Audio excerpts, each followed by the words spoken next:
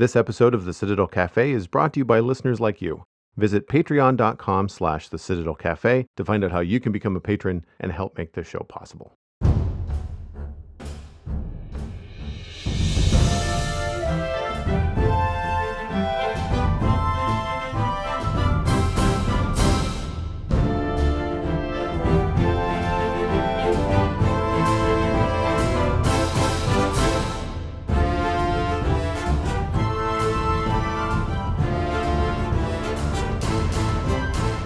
This is the Citadel Cafe, episode number 412 for Wednesday, August 11th, 2021. My name is Joel Duggan, and the Citadel Cafe is where my friends and I hang out to talk about the geeky stuff that we are into. Joining me this week, Lou Page is back. You can find him at Busy Zombie Lord on all the social media that matters, and co-hosting Zombies Ate My Podcast with friend of the show, Ryan Murphy. Hello, Lou. Hi. I am having one of those weeks where adulting is getting in the way of fun things that I want to do. I mentioned a few weeks ago that I've been wanting to get back into the gym, and I have been, and this is like week 2 going back. I'm not going a lot. It's like twice, maybe 3 times a week. Well, probably more like twice. I'm still working out in between, but the gym workouts, because while I'm comfortable enough with the COVID restrictions to go to the gym, I'm still not really crazy about taking public transit at the moment, especially where it's still nice outside. It's still summertime. It's not monsoon season, or it's not hurricane season here in the Maritimes in the fall. It's not cold, so I'm okay with the half an hour to walk to the gym. But you add that to and from, that's an hour, then you add another 90-minute workout plus a shower when you get home, and all of a sudden I'm losing these 3-hour chunks of my days. Yep.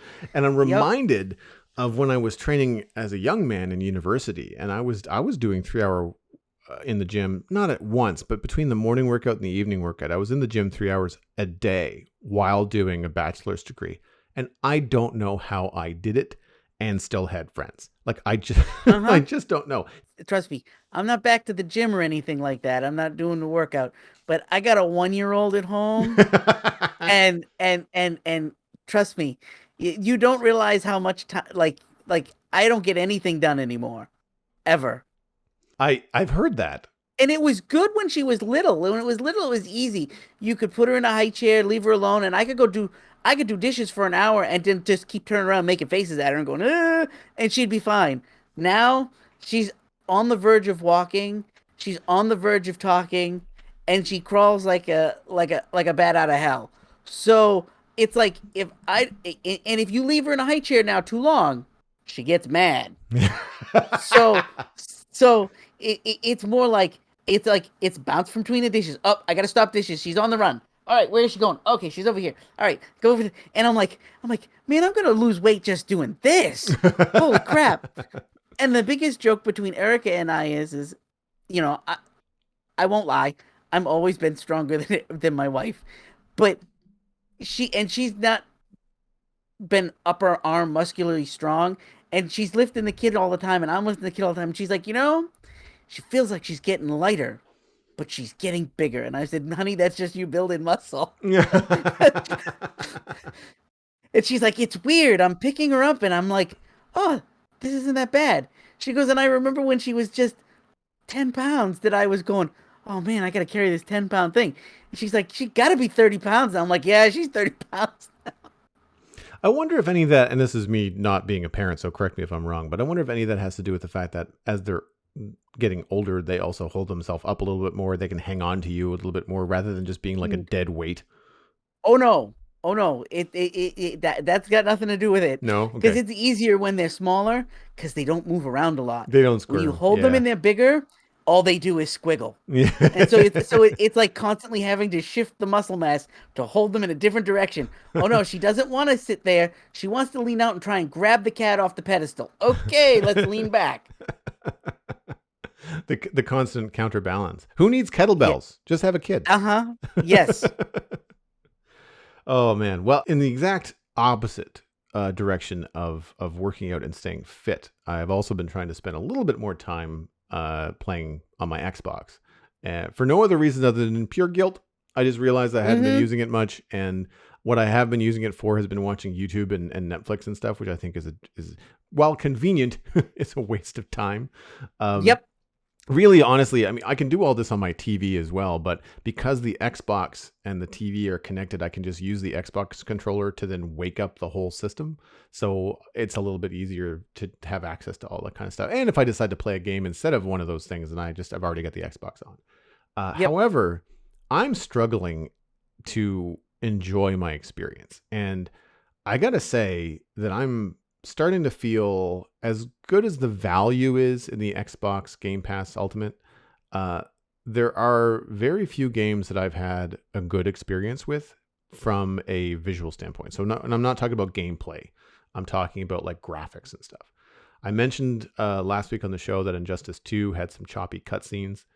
I have been having frame rate stutter issues on different games like Journey to the Savage Planet and the newly released Omno, OMNO.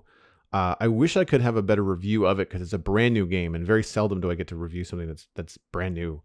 But it's really choppy. When you go to turn the camera, it's a platformer game, and when you go to turn the camera, it like you can see it chopping as it goes back and forth. Right. And I don't know whether it's my TV, because my TV is not perfect. It's a good TV for my budget. It's a TCL 6 series, so it's a 4K TV.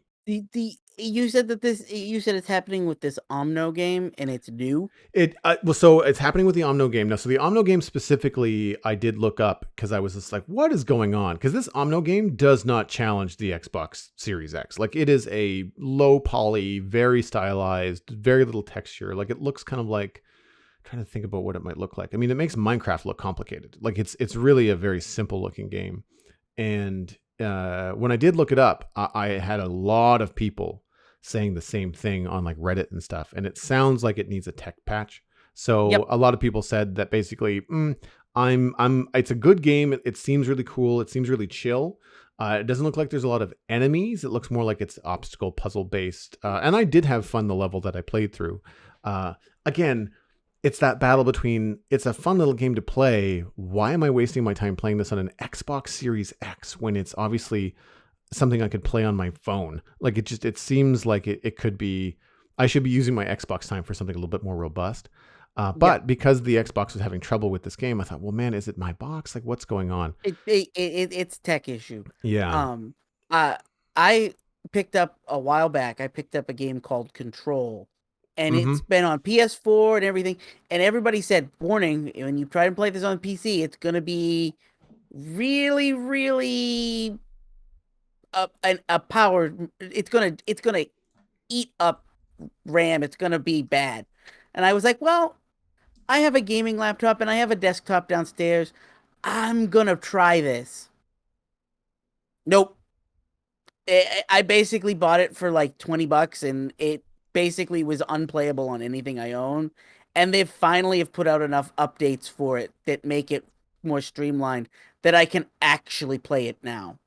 But I was like, all right, I'll just have to wait a couple of months, and that's what I had to do. Unfortunately, that's a common problem now. Yeah. What was the release date for Control? I 2019? think Is that about right? for a console it was. For PC it was in the last year. Okay. So I have that on my play later list, which is a feature of Xbox I really like. I have access to, of course, all of the games on Xbox Game Pass. And because I have Ultimate, I have access on both PC and Xbox. But provided the game is on both. But there's just so many, you can't install all the ones you want to play at one Yep. time on the Xbox. Some games like Omno are like 3 gigs, so like it's super easy to install. Other games like Destiny are like 100 gigs. So depending on how much space you have, and I think I have a terabyte, so like I can only have about 10 games the size of Destiny. And I think I have Yep. about 12 games in total right now installed, and I'm about 50% capacity. But I uninstalled a couple of other things that I knew I just wasn't going to return to. Yep. But Control is something I have access to, and something that I have bookmarked as on a play later list, which is very cool. So as I'm going through the catalog, if I see things like something from EA about Star Wars, you recommended one of the Star Wars games. I bookmarked that. I bookmarked Control. I had a Dungeons and Dragons one that's a new release that I've also bookmarked. So I need to try and find some up to date games to see if it's just the fact that these ports from older games like the Savage Planet or Outer Worlds. Although Outer Worlds looks okay, I'm still getting some of the strobing, but I think I'm starting to get a little bit better at picking out like when it's my TV that's messing around and when it's not. I'm also coming to this setup from a very old, not even a 2K TV, I don't think, or it might have been 2K. And before that, it was a 1080p. And so Yep. I'm just not used to like what 60 frames a second is supposed to look like. And again, my TV, as far as I can remember, does not do 40K at 60. No, it doesn't do 40K at 120. It does 40K at 60. And then if you want 120K, you have to drop the resolution down to 1440, which is fine depending on what game you're playing. On Omno, it wouldn't matter because you can still see the polygonal edges on things. But on other games where I'd like things to look better, it's fine. Now, for example, Forza Horizon 4 looks great. Plays Yep. great. There's no choppy cutscenes. The fancy intro sequence is seamless. And so I don't know whether that's just a really good port, whether I haven't had the Xbox Series X long enough for new games to come out specifically aimed at utilizing the hardware. So I'm not really sure. Now, Xbox is going to have a Gamescom live stream on the 24th of August. I think it's 1 p.m. Eastern time. So I'm planning on checking that out. I might even try to watch it live on stream or something, because I am curious to know going forward if I really want to get something out of the Xbox Series X. Like if I have to just bite the bullet and say like, well, I need to drop between $80 and $100 on a brand new game, and just kind of say, okay, this was actually made for and released for the new hardware. Whereas I don't really find that I'm having the best experience with some of these older ports. And a lot of what I'm playing, a lot of what I'm testing out, I'm trying to kind of divide my gaming into like chill games where I don't necessarily have to have a razor's reflexes to survive. And then other games like Destiny where like you have to kind of be a little bit more with it. Same with Forza. I find Forza, you can be chill and drive around, but if you're going to race, you kind of have to focus on what you're doing. With this other one that I can't remember what the name of it was called. It's Octo.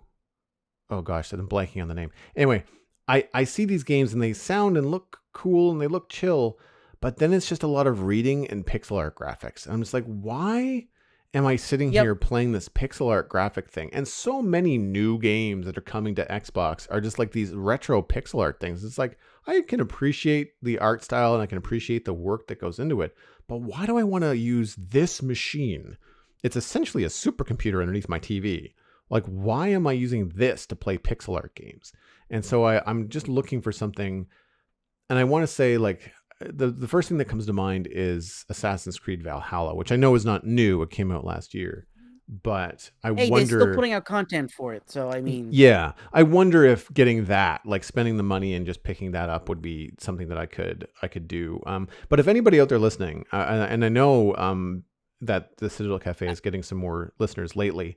If you're new to the show and you are a gamer, specifically if you have an Xbox Series X, and you know of some games that are either on Xbox Game Pass, because I would have access to all of those, that you could recommend, write in thecitadelcafe@gmail.com. Let me know, because I'm looking for, I'm open to basically any kind of game. What I want is something that looks really good.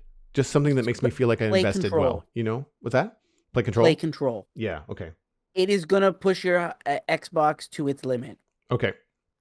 I've heard good things. I think it was an older episode of DLC, Jeff Kanata's podcast, that he was glowing about it. The two hosts, I don't remember his co-host's name right now. It's really good. My only gripe with the game is it's absolutely gorgeous and some of the areas look really neat, but when you're in like the main facility of the building, everything's kind of gray. And I'm like, I gotta go to one of the other areas because I don't want to be looking at gray things anymore. But overall, it's an excellent game. It's absolutely gorgeous. They do some stuff where the enemies are weird. Like I can't explain what the enemies are.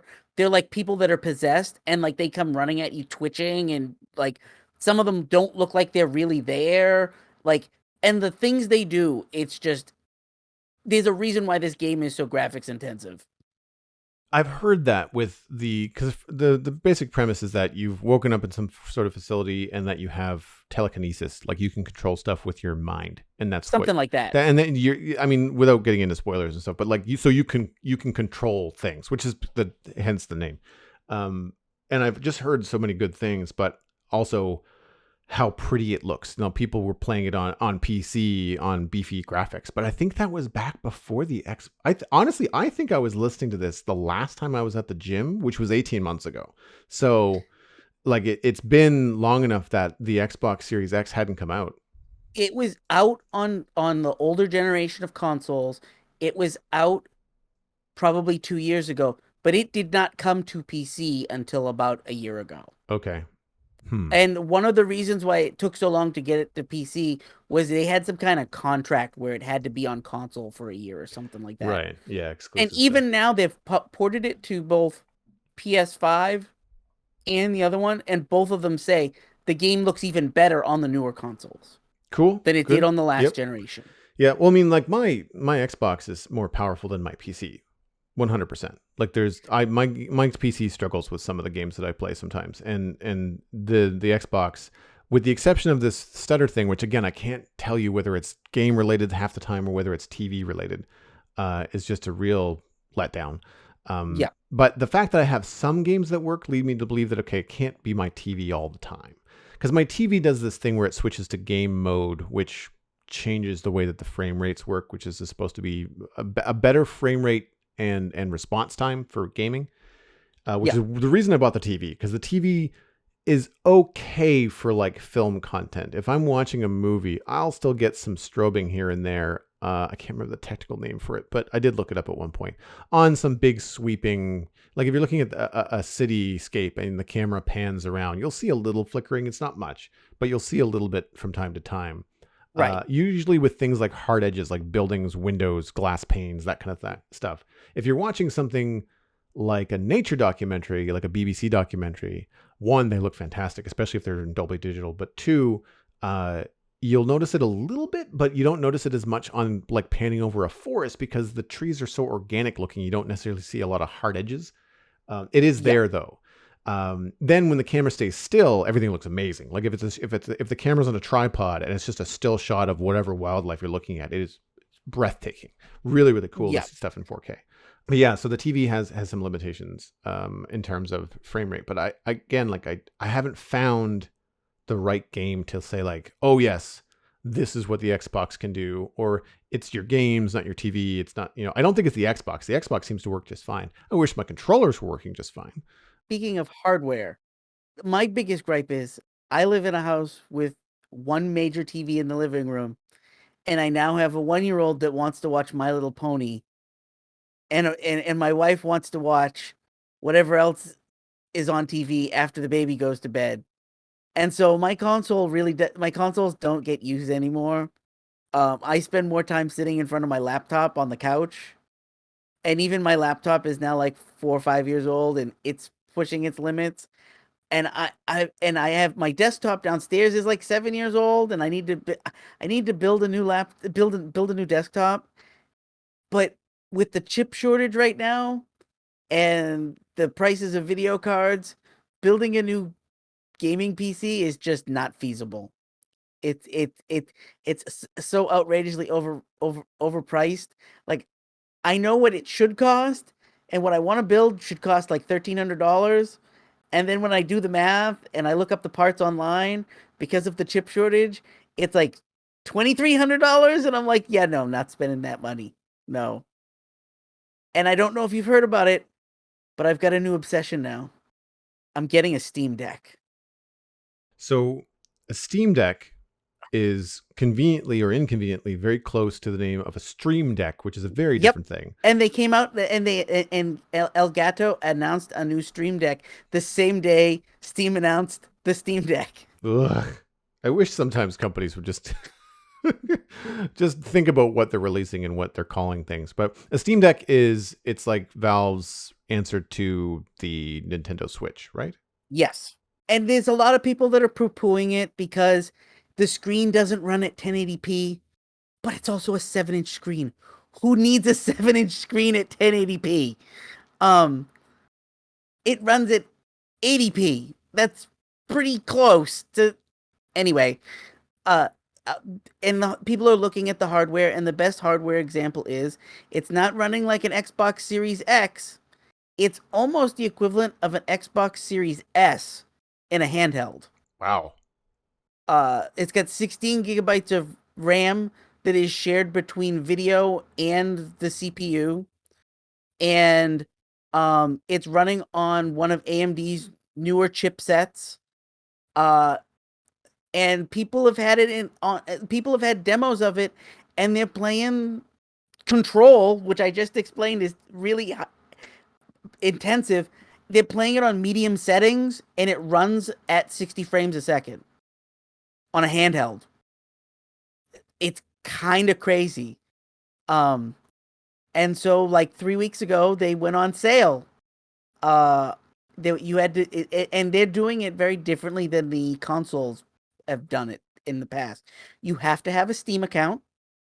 And to pre-order it the first day, you had to have an active Steam account. You had to have used your Steam account to buy a game in the last 2 months.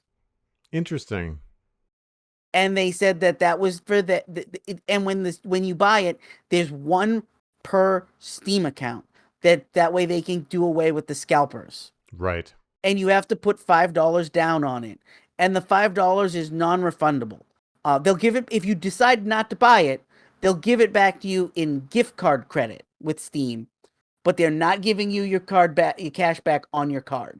Right. Well, I mean, the people buying this, one, probably already have a Steam account, and two, would be able to spend $5 on something.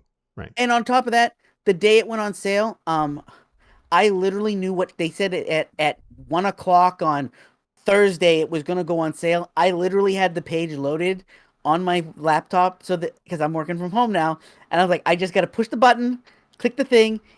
Steam already has all my account information and already has my credit card information. All I got to do is push a button, and I literally got in like probably under 5 minutes and made the purchase. Nice. And so when I got my thing, it said yours will be shipped to you in December. My best friend wanted one as well.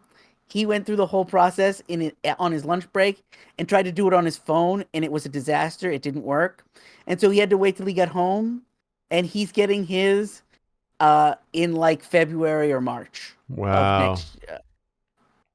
So obviously pretty popular. And I mean, it's going to play like top end games. Like it's a handheld. It's supposed to play everything. Yeah, but it's going to be able to play things that are released on Steam, really. Like, I mean, if it's something that's on Steam that's doesn't exceed the hardware, which I can't imagine. They're saying that every game in your Steam library will be playable, and it's not running Windows; it's running Linux. Interesting. It's got its own operating system. It's Steam OS, which is running on Linux, and there is a Linux project called Proton, and Proton was specifically designed so that Windows software will run on Linux. And they've worked with the team designing Proton, and they said as of right now, it runs about 85 to 90% of everyone's Steam library. And that by launch, they're hoping it will be 100%.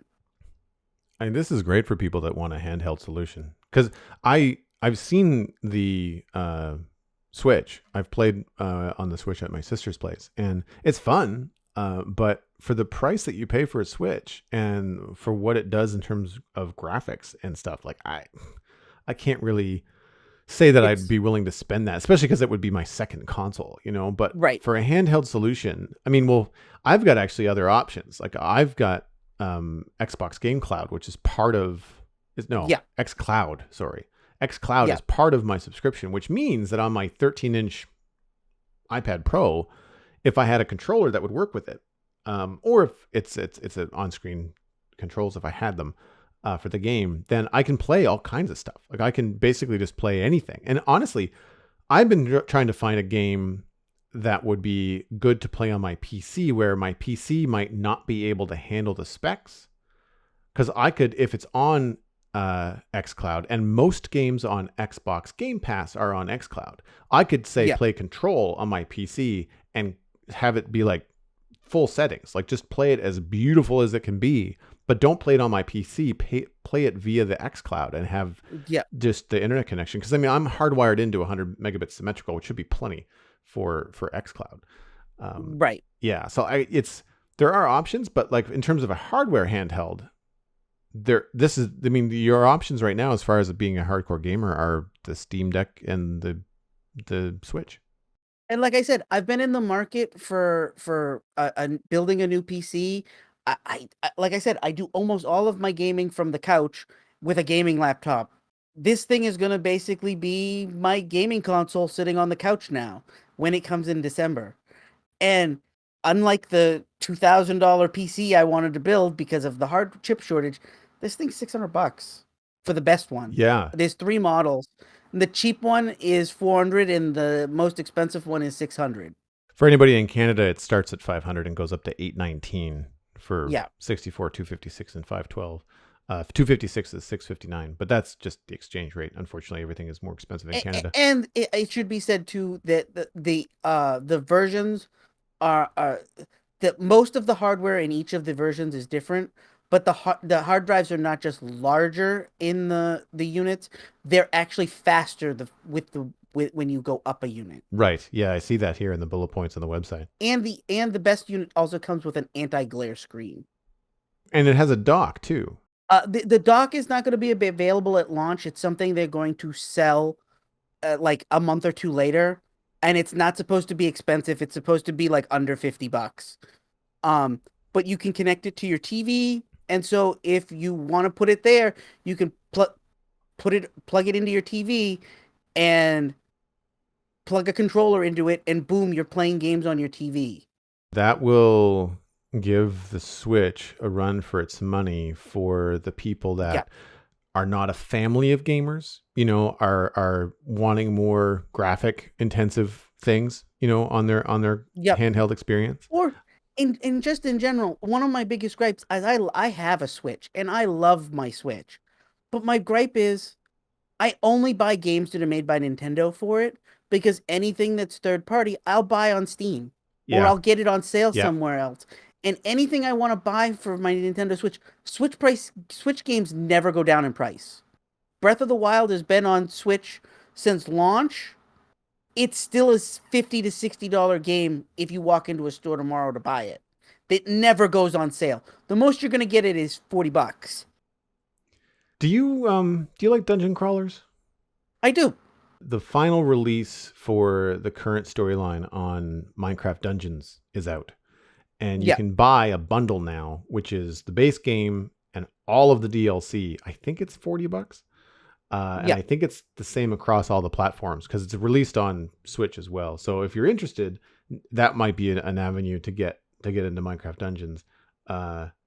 We talked about it on the Spawn Chunks a couple of weeks ago, and when we broke it down, the amount of content in the base game is okay for the price. But when you start to look at the combination of they call it the Ultimate Edition, which has all the DLC and stuff in it. But when you look at that content for the fact that it is a $40 purchase compared to most $60 or $80, games out there, it's really interesting. It's a lot of content, and it's something that you can continue to play. Like there's daily challenges, there's seasonal things that they keep on rolling out. So it's not like the DLC currently is the ceiling. They're going to continue to release DLC. And even then, when the DLC is released day and date, it's like $6 or something Canadian. So like, it's not a lot. It's a great way of continuing a game. Yeah. They don't need to keep making a new game. They just need to keep making DLC for this game. And it's not like Minecraft is super graphics intensive, even Minecraft Dungeons. You know what I mean? They don't have to design from the ground up every time. They can just keep making more levels, more expansions, more other things. Yeah, I mean, Minecraft Dungeons doesn't look anything like Minecraft. It's very different in terms of it. Looks a lot more like a 2021 game in terms of the graphics. I mean, it's still cubey in terms of its design aesthetic, but the lighting and the effects and things and all the action that happens on screen is up to date. It doesn't look like voxel graphics from Minecraft from years ago. But The other thing that I'm looking forward to, which I think it's either the 18th or the 13th. I'm actually hoping it's the 13th because that's this weekend. But Hades is coming to Xbox Game Pass, and I've already got it like pre-installed, whatever that means, That on means my it's Xbox. installed. They just won't let you access it till it gets the go ahead from The go ahead. Microsoft. Hey, that's fine because I've done that before where like I've gone to play something and then realized, oh, I didn't look to see how big this was before. Like I'll play this tonight, and then I'm stuck watching it download for 30 minutes. Then I go play something else, and then I'm done and I go to bed. Yeah, I've heard lots of good things about Hades, and I think the Xbox Series X is going to be the place for me to experience that. If nothing else, I think you'll appreciate the art style and the voice Yes. acting. Yeah. And if it's got cross saves, I could potentially stream some of it too. That was the biggest downer last week about talking about the Outer Worlds, is that there's no cross saves with it. So like if I do decide to share it on stream, I have to start over again. I know that on Steam it has cross save. Right. I would not be playing it on Steam because I know. I'm just saying yeah. in general. I'm saying in general it has that functionality with Steam. So I would assume that with Xbox it probably does too. I know we have to move on, but I just remembered the name of that game I was thinking about, which is Octopath Traveler, which is also on the Switch. If people are interested, that's the pixel JRPG type thing that I was looking at. Oh yeah, I have that. Yeah, it's different. I've not played anything like it before, but it's like as interesting as it was to experience that type of game. I just felt like I was wasting my Xbox resources on it. If that makes any sense. I love its art style, and I think it's a very unique and pretty looking game. But after I played it for about 8 hours and I realized I hadn't gotten anywhere, I was like, man. It's a bit of a slow burn in slog. this. Yeah, It's a slow burn. it is a slow burn. But I have a friend who absolutely loves that game, and I'm like, dude, I like it. I don't love it. yeah, and see, this is the kind of thing that it was the right time for me to play it the other night when I couldn't sleep at like 11:30, and I was like, I just need something to I don't need to have reflexes of a cat. Like I just want to click through something and have something to stimulate my brain for a little bit while I'm not, while I'm bored staring at my ceiling. And so that was the right answer for that. I would not have wanted to try to play like a first-person shooter or a fighting game or something because I would just get frustrated and just have my butt handed to me all the time. But I'll leave it on there for now. Like I tend to leave things on the Xbox for about a month, and if I don't pick them up in a month, I'll either uninstall them or I'll wait until I need to make room on the Xbox for something else, and then I'll remove them then. Sometimes things just leave. Like I played Don't Starve. I didn't hate it. I didn't love it. It was interesting and cool for a bit. But it's now leaving the Xbox Game Pass platform. So I thought, well, I'm not going to put a lot more time into it because it's just not going to be there anyway. So I experienced it. I can now talk about it. It's one of the things that I have been really enjoying about the time on the Xbox is that I can now talk about some games that people in my circles have experienced and talk about often, especially if they say, we'll be talking about something that I play like Minecraft Dungeons, No Man's Sky, something like that. And then someone say, oh, it's like this game or it's like that game. And now I can say, oh, I've played a little bit of Destiny 2. I've played a little bit of Don't Starve. Like I can kind of relate to that kind of stuff, which is nice. Yeah, it's the problem I run into. I own too many games. Bundles and sales are a thing that kills me. My Steam library now has over 1,800 games. You have a problem. Yes, I do. They have a thing on the Steam database where if you put in your username, it'll give you an estimate of how much the value of your account is based on every sale that if you ever bought the game, the lowest price it's ever been on sale on Steam, and the maximum price of what it is. And whenever I do it, I want to cry. Yeah, I can see that. That's the kind of thing where like you don't do. It's like Minecraft. It's like there's a stat that'll tell you how many real world hours you've put into the game. Don't do it. Don't do it. Don't look at it. Don't ever do it. Are you having fun? Nope. Good. Then just keep on having fun. Do not worry about the amount of time that you've put into it. Now, I say all of that, and if I also took stock and had some sort of tracking system to let you know exactly how many work hours I've put in as an entrepreneur over the last 15 years, I would also probably cry. So don't let me fool you into thinking that I goof off all the time on Minecraft. There's a lot of work that I do as well. But that kind of stuff, like those kind of statistics you just don't need to know. Are you happy? Are you enjoying your downtime? Good. Yes. Continue to do so. We all need it. Speaking of downtime, what have you been watching in yours? Well, Friday, the new Suicide Squad movie hit HBO Max. And I signed up for HBO Max specifically just to watch this. I'll probably cancel it at the end of the month. If I wanted to see this movie, it was kind of my only option. And I gotta say, if you didn't like the other one, don't worry about it. Forget it even happened. This one acts like it didn't even happen and it's better. So the other one, you mean the one that has Will Smith as Deadshot, right? Yes. I Yeah. didn't. I didn't hate that one. I wasn't in love with it, but I remember liking it better than Batman v Superman. Uh, this is a very I don't want to say it's a very different kind of film. But this is a James Gunn movie. So if you like Guardians, this has a very Guardians vibe to it. Okay, so maybe more like not Suicide Squad. What's the other crew from DC? It was a Netflix spinoff. It just got Um, renewed. the Uh, Doom Patrol. Doom Patrol. Yeah, it has a Doom Patrol vibe. It has a very much a Doom Patrol vibe, Okay. and being James Gunn and it being the Suicide Squad. In interviews, he said that under contract, uh, DC told him he could kill anybody he wanted as long as it wasn't Harley Quinn because they want to do more movies with her, and he Right. said fine, and he kills a lot of people, a lot of people, like even some characters that you're like, no, he won't kill. Nope, they're dead. And you're like, wow, okay. It's nice sometimes when a film has guts like that, like when Yeah. you want to go out in a blaze of glory, and it's probably also nice for some of the people that are on board for the film because like, well, if it's tanks, I know I'm not on board for 3 sequels, you know, Yeah. and I'm gonna hate my Yeah. life later on. And some of the casting was really surprising. They brought in King Shark, who looks absolutely amazing, and he is voiced by Sylvester Stallone. So That makes the Vin Diesel casting as Groot feel yes, underwhelming, right? yes, and when he gets introduced, they're being told they have to bring him along, and Idris Elba looks and goes, "What the hell is it?" And they go, "It might be a shark god, it might be a guy. We really don't know what it is." And he looks at his hand and he goes, "Hand." And the guy, and Idris Elba's like, "Oh boy, all right." And so it's literally like this shark thing that follows them around, and they have to be like, "No, don't eat people." And he goes, "Friend," and they're like, "Yes, friend, don't eat him." And he's like, "Okay."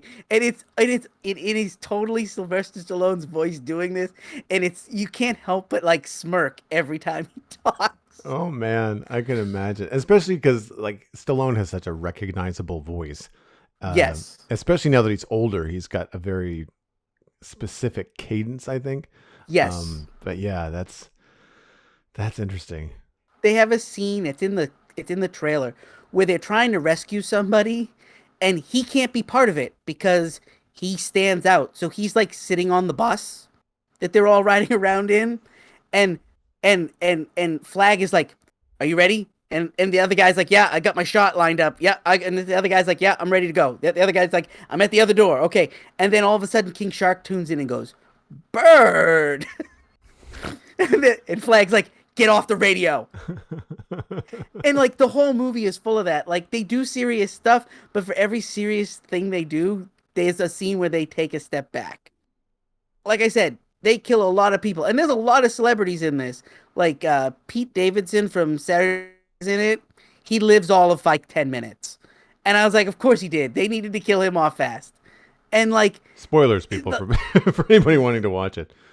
well, he's not really in any of the marketing except that they say he's in the movie. Right, So I kind of had a funny feeling he wasn't going to make it very long. right.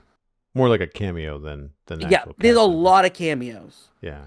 The only thing about the movie that's a little weird is at one point Harley gets separated from the rest of the team, and they do like this weird. I don't want to say it doesn't fit with the movie. It does, but they do like this weird side story with her that lasts like 20 minutes. And it's not that it's not enjoyable. It's probably one of my favorite moments of the movie.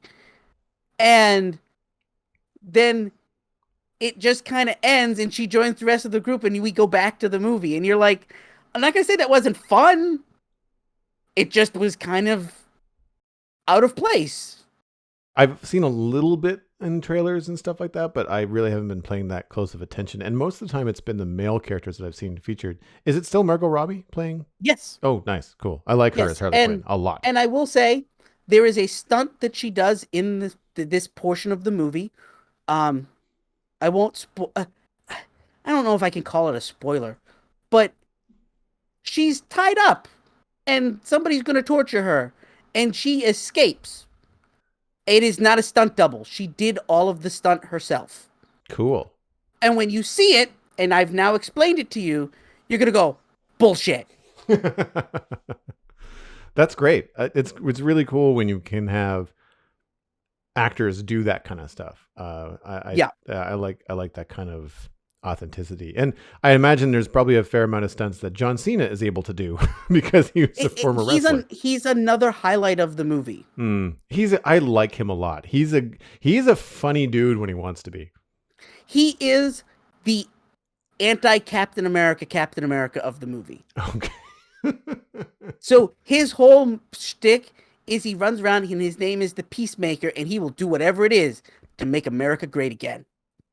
And Idris Elba and him are having an argument, and he's like, "My bullets are bigger than yours. I can kill you." And Idris Elba's like, "Bullet size doesn't matter, dude." And he's like, "I'm more patriotic than you. If this beach was covered in private parts and I was told I had to eat them to make America better, I would." And Idris Elba's like, "That's nice. Can we just move on?" And like there's these moments where his character just says these ridiculous things, and you're like, I can't believe somebody just said that. Okay, we're moving on. I don't have access at the moment, but if I ever do get back on to HBO, usually through Crave, or if I do the Crave subscription here in Canada for things like Star Trek Picard or the new stuff when it comes out, I tend to just spring for the extra $10 for the month and then try to get in on the back catalog of like Westworld, or I'll probably check out some movies like this. And I actually still haven't seen the Emancipation of Harley Quinn. I haven't seen that one either. I heard that's good. I'm not gonna tell you it's a perfect movie. It's a fun movie, and she's the highlight of it. And it's really fun to see uh Ewan McGregor as a very flamboyant villain. Like he is like in suits and like dancing and shooting people, and you're like, this is a very interesting role for him specifically. I enjoy the movie. I'm not going to tell you it's amazing. It's probably one of the better Warner Brothers DC movies. Yeah, I mean, I'm sure a lot of that lays at the feet of Margot Robbie, just because I enjoy her in most things that I've seen her in, and certainly have enjoyed her as Harley Quinn in the first Suicide Squad movie. But yeah, I think we've talked about the Emancipation of Harley Quinn on the show. I think you brought it up at some point. Yeah, I own it, so I probably talked about it when I bought it. Well, going into the nostalgia realm again, perhaps mistakenly, I have been watching Transformers War for Cybertron Kingdom. Technically the trilogy on Netflix. It's part of an original Netflix anime series. It's CG anime. And it started off with a storyline on Cybertron in season 1, a storyline in space in season 2, and now at the end of season 2, slight spoiler, both the Ark and the Nemesis, which are the iconic ships of the Decepticons and the Autobots from the original series in the 80s, were careening, crash landing towards Earth, and that's how the last series ended. So this series starts with the actual crash landing and everybody kind of dusting themselves off and seeing what's going on. I have watched both the first and the second episode. I just watched the second over breakfast this morning. It is not a great start. I have had good things to say about the series in the past, and it's different. It's not the same as most other Transformers cartoons that you've seen. If anything, it's a lot closer to the Cybertron video games, which I really liked. Yeah, I really like those games. I tried to get into the first season of this, and I think I made it like 3 episodes, and it felt like it was almost following that video game beat for beat. And I was like, I don't know if I can sit through 10 episodes of something that's following a video game I've already played. Well, they deviate, and I'll give you a heads up that they're all miniseries. So each season only has like 6 episodes, I think. Okay. Max 8, but definitely 6. I remember. I think is season 2. The thing that they do right in the first season, which I will agree with you, takes 3 episodes to get going, is the political stance. It's the internal strife on Cybertron between the factions of the Decepticons and the Autobots. And I don't even know if they go as far as to call them that. It's just, one side disagreeing about how the future of Cybertron should go versus the other. And a lot of it mirroring our own planet, because they're dealing with an ecological crisis as much as you can on a planet that's entirely electronic. I mean, it's an energy crisis, essentially.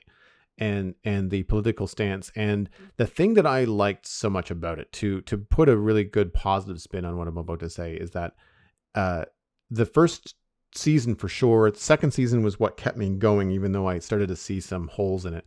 The character development of Megatron specifically is really, really interesting. In the 80s, Megatron is basically just your purple and black bad guy, maniacal, cackling, like he's just evil. Everything he says is basically for his own gain, and it's all just like kill the good guys. In this, it's the same. He has all the evil intentions. He will do anything immoral he can, but it's all in the name of saving Cybertron. And you get the psychology behind his madness. Like, you really understand.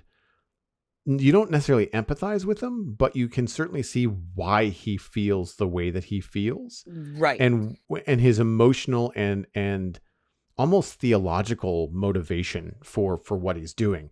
It's a way more interesting look at Megatron than it is any other main character, including Optimus Prime.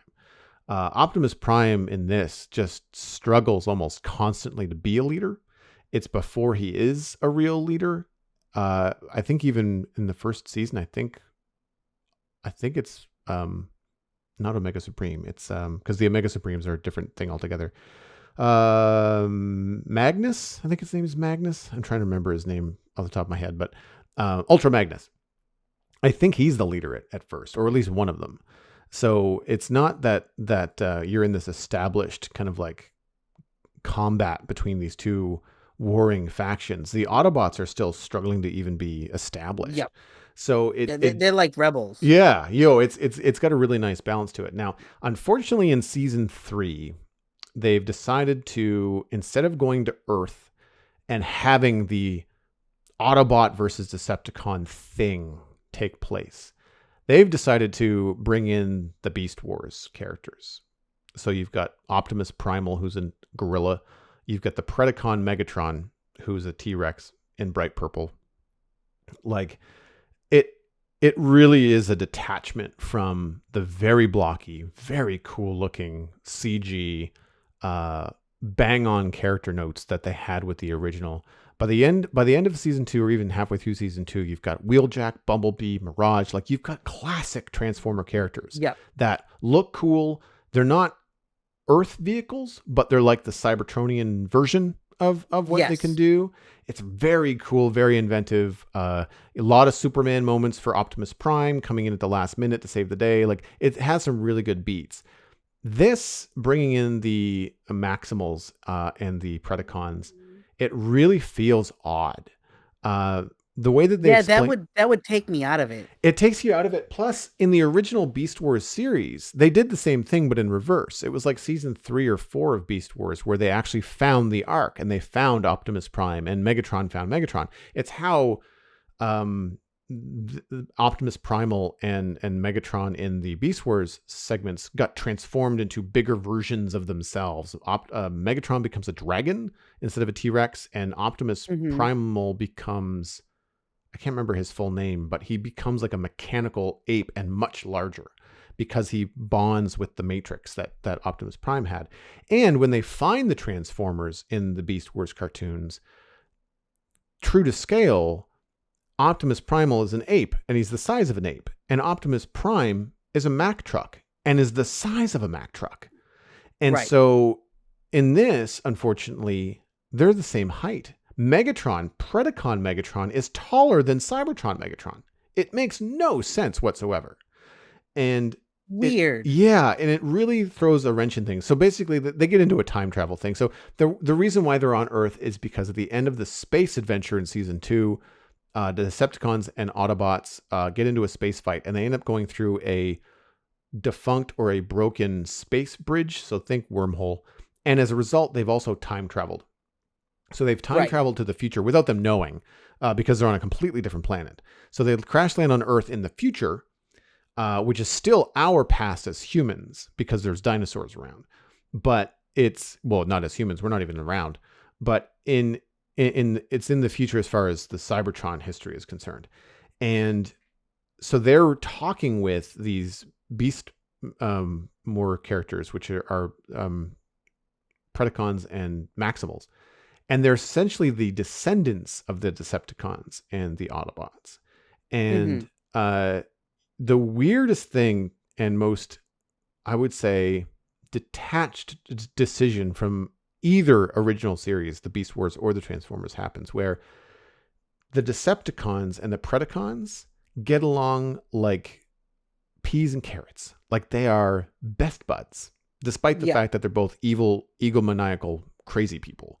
Both Megatrons, which for starters is just annoying that they have the same name. They even address it in the show. Megatron orders Predacon Megatron to change his name. It's annoying. Mess off. But then the Maximals and the Autobots are constantly fighting. And it's all the Maximals' fault. The Autobots are like, we are trying to save Cybertron. We are trying to do the right thing. And the Maximals are just like, don't believe you, not listen to you. La la la la la la la la. It is infuriating. It's the worst writing ever. The conversations go in circles, which is a pet peeve of mine in shows.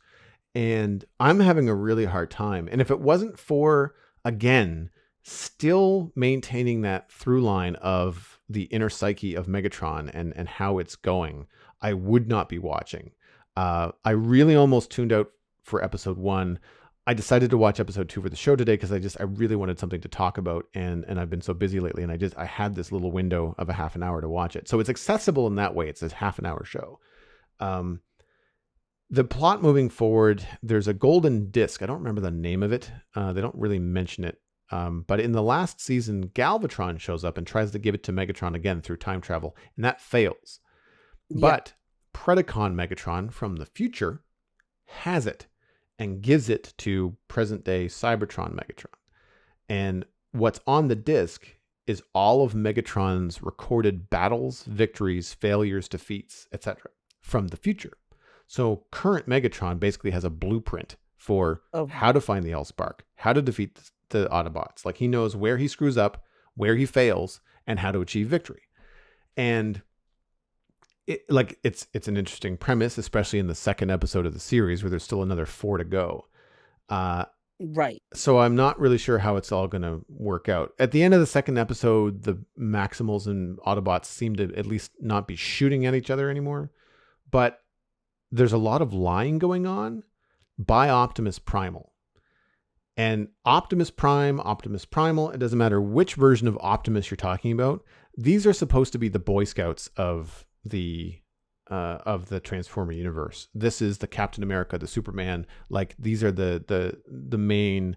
They always do the right thing no matter what the cost. This is the moral compass, right? And so the fact that Optimus Primal put these new Autobots in jeopardy, despite the fact that clearly in the timeline they are your ancestors, and any harm coming to them is potentially disastrous in the way that they address time in this series. It lacks forethought. It lacks any kind of character observations that the people writing the show have done in the past. So I would have much preferred to just see these two characters that we've established over the last 2 seasons figure out how to find the Allspark on Earth over the course of 5 or 6 episodes, rather than dealing with these Maximals and Predacons, because they're all sort of just poor carbon copies of one another. Like Dinobot and Black Arachnia kind of embody the same sort of betrayal that Starscream does. The Rhinox, I think, is one of the main characters. He's basically just a big smart guy that fixes stuff. That's Wheeljack. Like, we don't need more of these archetypes. Like, it worked. Beast Right. Wars worked on its own because it kind of harkened back to some of these archetypes and brought them forward into a different kind of cool idea. And that's fine. I'm not saying that Beast Wars is bad. It was great. I watched it when I was in university. But this just seems to be a pale comparison, and it's not doing this current series any favors by trying to bring these iconic characters from Beast Wars forward. And the worst part of it all is the voice acting on all of the new characters. Everybody's fine. I warmed up to Optimus Prime over the series. It's different. I mean, it's not Peter Cullen, and Frank Welker doesn't do Megatron either. But Megatron's a good voice actor. The Optimus Prime is a good voice actor. It's the wishy-washy casting. So I don't really want to say that the voice actors are not great. I'm sure they're great actors in their own right, but I really feel like the combination of the writing and the very poor casting for Megatron from the Predacons and Optimus Primal from the Maximals, it's awful. Like, they're whisper actors. Like, even when they're screaming, they're kind of whisper screaming. Like, I've had to turn my fan off to hear Optimus Prime. Optimus Primal. You are talking about a military general, a political leader, certainly the moral leader of the crew, and supposed to be the chest thumping hero. You should be able to hear what they say. And when they're mad, if they get mad, there should be some sort of authority, and they have none of it. Megatron, I'm not sure if you remember kind of the idiosyncrasies of Megatron from Beast Wars, but he had a really deep voice, and he almost talked to himself. Like, he would end a lot of sentences with yes, it's like, we are going to destroy you. Yes. Like, he had that kind of like weird, kind of like mustache twirling kind of evil sense to him.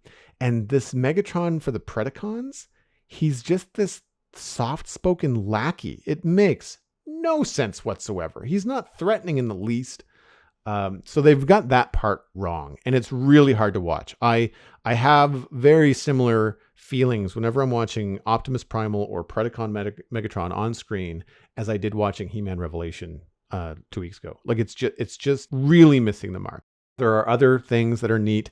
Character designs are cool. Air Razor looks great. Like, I have a lot of the Beast Wars toys somewhere in a closet, and some of the designs that they did for Rat Trap and other characters are neat. Like, they did a neat job. I still prefer the way that they're handling the original Transformers with the really cool boxy look that the video game had for War for Cybertron. But that alone can't carry the series. I'll probably finish it because, again, it's a short departure. It's not a big thing, and I've watched it this far, and I'd like to kind of see where they kind of tie it in. There was a huge nod in, I don't know whether it was a dream or whether it was a sequence that we were meant to see what happened, but there was an encounter with Unicron. And that was really cool because that's a nod to the Transformers film from the 80s. And which I watch on a yearly basis. It's been a long time. I actually need to check to see if there's like a 4K version of that's been like stand up. Oh man. Yeah, no, I need to watch that. I have it on Vudu. So whenever I get bored and the baby wants something to watch, I'm like, all right, I'm going to put on Transformers. And Erica walks into the living room and goes, oh, we're watching that again, huh? And I'm like, yes. Again. Well, here's the thing.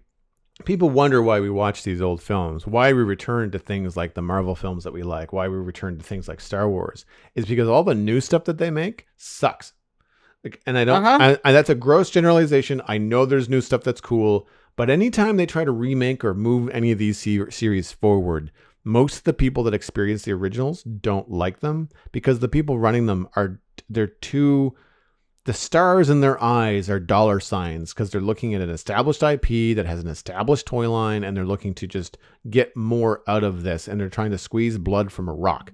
When instead, if they just gave it to somebody that really appreciated the original and really wanted to move things forward in a cool way, or retell it in an interesting way. Like, I don't mind going back and watching old Transformers cartoons and old movies, even though I know how it ends, because it's just a good story. And I feel like if you could retell them for a new age. Like, I understand that sometimes like kids these days, big giant quotes, won't want to go back and watch a traditionally animated Transformers cartoons, because like it's not going to be as cool looking as some of the CG stuff that comes out today, and you can do some really neat stuff with CG. And it would be nice to have something that would be that good. Like, can you imagine the draw if it was really, really well made by a company like, say, DreamWorks or Pixar or Disney, and it was a brand new Transformers film with all the budget that a normal, Disney Pixar thing would have? Like, it would look phenomenal. It would be amazing. I mean, just thinking back in the day, the amount of money they put into making that original Transformers animated movie, that was a step above what the show that we got as a kid was. Oh, You yeah, know for what I sure. mean? Mm-hmm. So, they would spend that kind of money now, and it would be something very, very different. So yeah, I mean, I recommend the series. I've been enjoying it so far, but just know that there are definitely some shortcomings for Kingdom, the third installment. I think it's the final installment because they called it a trilogy. I But think it is the last one. yeah, I think when this is over, I think it's supposed to be over. But I wouldn't be surprised if they bring it back on a regular basis with a new season doing something different. And this is just the trilogy arc. yeah. Well, the thing about these kind of miniseries is it's nice that it's not going to get canceled. Like you're not going to get it. Like Netflix would have purchased all three of them at the same time, right? And Yeah. is just releasing them in a certain sequence. The other thing is that you don't get any filler episodes. Never in, well, I shouldn't say never, maybe a little bit in season 2, but certainly not in the first season was there anything where it's like, and now we're going to follow this side character on a story that doesn't matter for a half an hour. Does not happen. Like everything is moving the main plot forward. There's no episodic storylines. That's excellent because even some more recent Netflix shows where, they've only got 12 episodes. They'll waste like 2 episodes on something that's like a character they're going to kill the next episode. And I'm like, why did we waste all this backstory on this person that we're just going to have die in a few minutes? It didn't really make you didn't make me like them any more than I did or hate them any more than I did. So it doesn't make me care about them anymore. You're going to just kill them anyway. Just kill them and let's move on. So that's it for me for the show. Like I recommended, I'd like to see what you think of it if you decide to finish the first season, especially because you like the original Transformers film so much. Like give this first season a chance and see if you want to stick through it. There's definitely some fun Easter eggs in season 2 as well. Definitely going to be something that if I watch it, I'll probably have Violet with me while I watch it because she just loves anything that's animated at this point. So it's pretty violent, just FYI. Even though it's robots, there's a lot of shooting and a lot of dying. I won't lie and say I haven't had her watch things that she really probably shouldn't have watched. Well, moving on into the Internet Minute, which is, of course, brought to you by you. The Citadel Cafe is 100% listener supported. If you're getting value out of the show, please consider putting a little bit of value back in. You can become a member at patreon.com/the Citadel Cafe. Joining at any level will get you an invite to the member-only Discord server. There are multiple levels to choose from and have rewards attached to them, like bonus audio and extra roles in the Discord. The Discord is actually shared with my other personal Patreon and my Twitch channel, so there's lots of folks to hang out with. Patreon count is at 24 currently. Checked that this morning. Steady on from last week. Our goal each month is to have at least one more patron than the month before. If you would like to be number 25, visit patreon.com/the Citadel Cafe. Speaking of cool 80s vibes, my pick this week is Stranger Things Season 4, the teaser trailer. Was released the other day, just a 30-second hype trailer, but it reminded me just how much I'm looking forward to the show's return. Season 4 is coming to Netflix in 2022. No precise date given. That's good. I don't want them to rush this. I've seen too many things rushed by Netflix in the last 6 months. Just take your time. I will wait. I don't care if it's Halloween 2022. Just do it right. Have the fans go bananas for it. I will probably have to binge watch it because I don't want any spoilers, but I really like Stranger Things. I can't remember. Is this the planned last season or is there one more after this? I know that they've finited that there's only going to be another season or two. I just can't remember if this is the last season or not. I don't remember, but I feel like season 4 sounds like it was supposed to be the last season. And if they've not given a release date for it, then they might be just making sure that they get this ending right. I decisively did not look into it because I'd rather go into this blind. I'd rather just kind of go experience it. I always like Stranger Things. I have criticisms, obviously, everybody does, but I really enjoyed the last season, and I'm looking forward to seeing where this goes. If you like Stranger Things, I am going to make a recommendation. I won't go depth into detail. If you like Stranger Things, check out Fear Street on Netflix. It's almost the entirely same production team, even has one or two of the kids from Stranger Things in it for cameos. And the woman who directed it is one of the brothers who made Stranger Things. It's his wife. Oh, neat. Um, it's horror, Well, so is Stranger Things. but it's horror, but it's done in a very Stranger Things vibe. Lots of twists and turns. It's weird because it starts out in '94 and then goes to the next movie goes to '76, I think it is, and then the last movie takes place in 1666. So it's very unique. It's very entertaining. Erica and I watched it. I watched it first alone, and then she was like, "Fine, I'll watch it with you." And by the end of the movie, she was like all in. So by the end of the third movie, she was all in. So if you like Stranger Things, that's definitely something I would say put on your watch list. Well, that wraps up this episode of the Citadel Cafe. You can get more information about the show and links to some of the things that Lou and I talked about this week on thecitadelcafe.com. Music for the show was composed by Kevin MacLeod. You can email us at thecitadelcafe@gmail.com or find the show by name on Twitter. Subscribe for free on iTunes, Google Podcasts, Stitcher, Spotify, and YouTube. Word of mouth is the easiest way to support the show. Just tell a friend about the Citadel Cafe and where they can go to listen to it. My name is Joel Duggan. You can find everything I'm doing online, including my illustration and design portfolio at joelduggan.com. You can check out my other podcast all about Minecraft at thespawnchunks.com. We just celebrated 3 years on that show.